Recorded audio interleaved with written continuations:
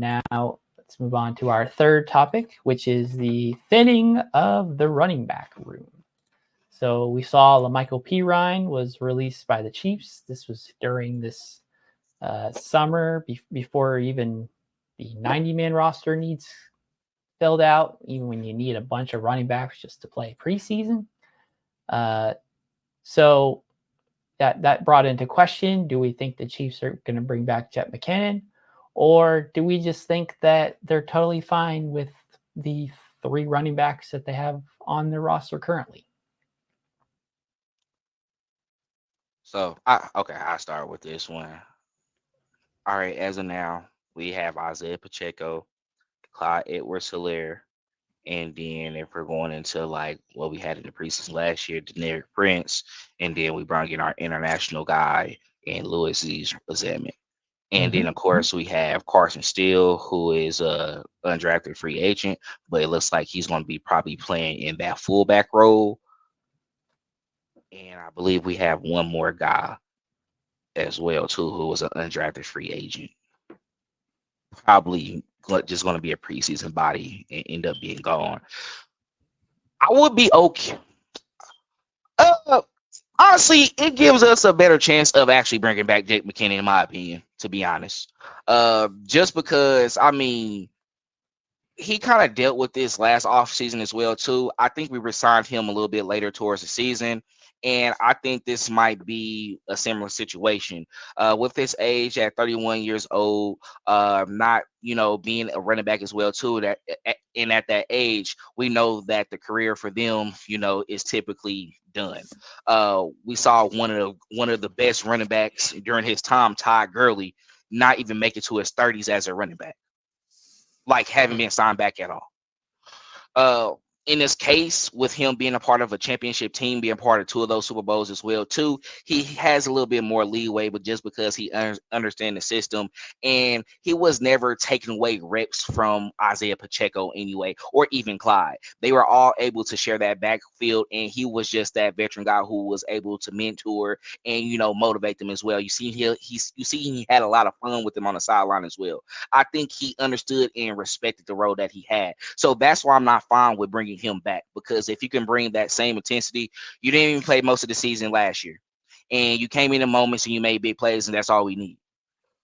It's going to be ran through Isaiah Pacheco and Clyde, in my opinion, anyway. So whoever you have at that third down running back spot or the third running back spot, I'm okay with it.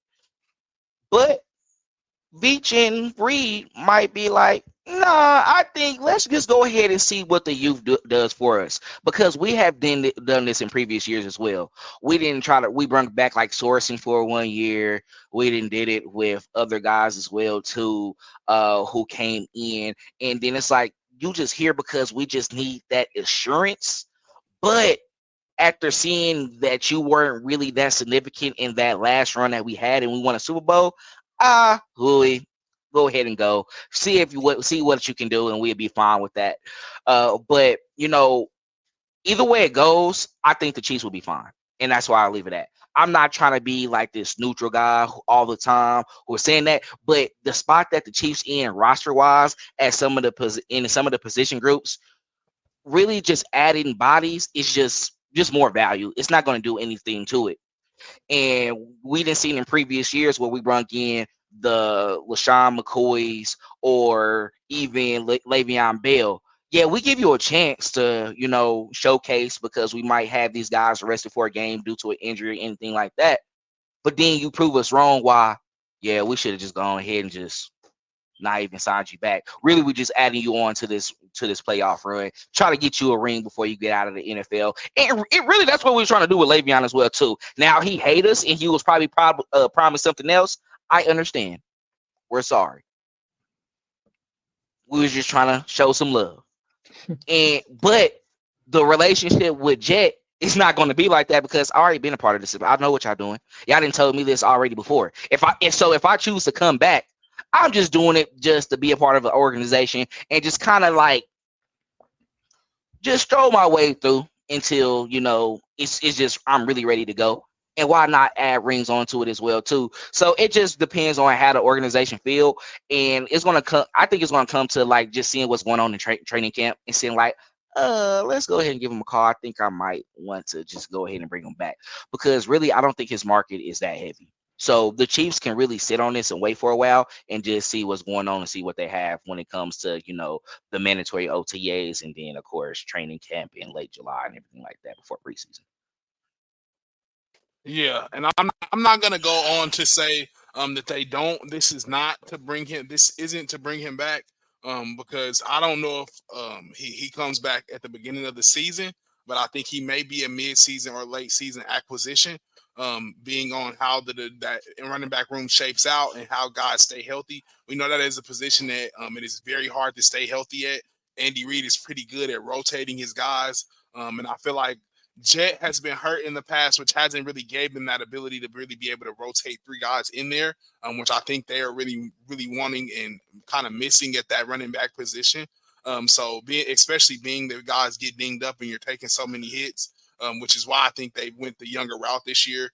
Not as many hits, not as many miles on the body. Probably somebody that can stick around and play in there, be healthy with all three guys, have all three guys up, and be able to really rotate guys there. But I think I don't want to count him out. I don't want to say that this wasn't to make space for him, but I just think it's not going to happen anytime soon. But that's not to say that it can't happen later in the season or in the future. Because I definitely think Isaiah Pacheco will be running back one, and him and Clyde will be splitting a lot of snaps in there.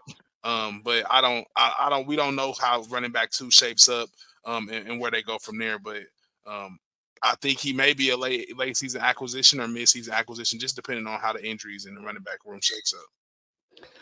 I think we can probably stop talking about Jet McKinnon because the writing is on the wall. The Chiefs value Clyde Edwards-Helaire enough to re-sign him back, and we know that he's going to be the backup. And at this point, he's okay with being the Chiefs' backup. As soon as Isaiah Pacheco was drafted, he took the starting spot, and Clyde started relegating to the backup role. And honestly, I think Clyde excels more in that role without having all of the pressure and circumstances of needing success around him. So I think McKinnon is probably no longer on the Chiefs' radar anymore. And no more is that evident by giving Xavier Worthy the number 1 jersey. If you had thoughts that McKinnon was coming back, why would you give away his jersey number? Maybe it's not the same as McCole Hardman where, the number's gone, so you just give him whatever number's there. They value Jet McKinnon enough to bring him back several times and let him continue to have that same number. But I think with Xavier Worthy coming in and the fact that McKinnon was dealing with injuries a lot last season and did not get to see the big boost in stats like he had the year prior to that and didn't have as much success in the postseason as he had in recent years, I think the Chiefs know the value of running backs or lack thereof in most cases, and they just want to throw as many young, fast bodies at the position as possible. We know the top two and the rest of the unknown players, the rugby player, the undrafted free agent running backs, the practice squad running backs, they all can fend for that third spot. But I'm pretty sure the Chiefs are content with going into a regular season game with just Pacheco and Edwards-Helaire and just going with 2. Now, we as fans might not agree with that, and we may think that you need as many bodies as possible because of the nature of the running back role and position. But I think the Chiefs have decided that they've got their 2 starters, obviously 1 and then backup, and whoever earns the third spot earns it, and whether or not they're actually on the 53-man roster for every single NFL game remains to be seen. But I think this also signals that even though we really like when the Chiefs are run heavy, the Chiefs' bread and butter is the passing game, with Patrick Mahomes and Andy Reid. Andy Reid is going to choose a pass over a run any day of the week, no matter the situation. So I think we need to be familiar with that concept again. Last year was kind of an anomaly because of the nature of how the passing game was for very large stretches of last season. Mm-hmm. But the Chiefs live and die with the pass. So their thinking is they don't need that many running backs, and they don't need the, quote, most talented running backs. They just need bodies if the injuries start piling up, like you mentioned before. So I think this does signal that 2 running backs during the regular season is the most feasible option the Chiefs are going with, and bringing up a 3rd running back from the practice squad if the roster shakeup deems it necessary.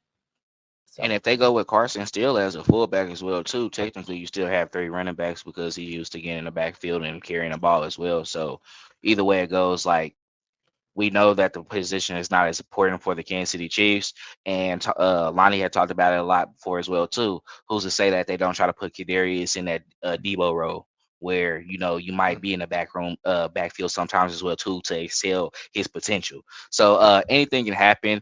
I think I wouldn't mind Jet McKinnon back. That's all. Like, if they were to say like, hey, come back, I wouldn't be mad. So be it. We're not losing anything if he come back.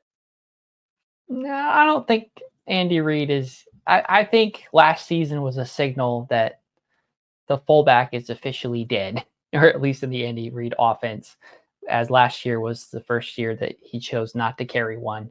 And we talked that maybe one of the backup tight ends would end up playing that role. So I think ultimately we're done carrying a fullback on our roster, or somebody that is. Titans wasn't great at fullback position last year, though. We tried to do a lot of quarterback sneaks. It didn't work. Anything like that wasn't perfect. Sometimes you might feel like, hey, like, who knows? Like, it may be needed. You're right. Anything's possible. We'll see in training camp. Right. Yeah, we'll see how it goes.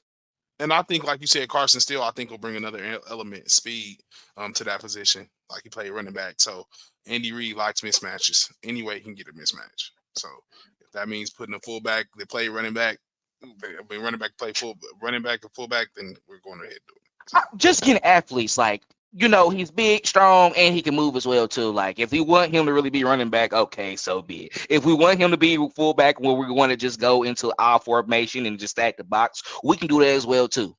That's pretty much it. He just want a jack of all trades, be able to do everything. Andy Reid is a creative mind. If he finds value in you on this roster in any way, he'll carry you. We can discuss later as regular games are rolling around in NFL competition whether the rugby player ends up making the roster in any way. But if Andy Reid sees value in you as an athlete, and there's a roster spot for you, he'll try to find a spot for you and make room. Be sure to like and subscribe and follow us on all our social media platforms at Red Kingdom Media. If you enjoyed that, make sure to check out the full-length episode below.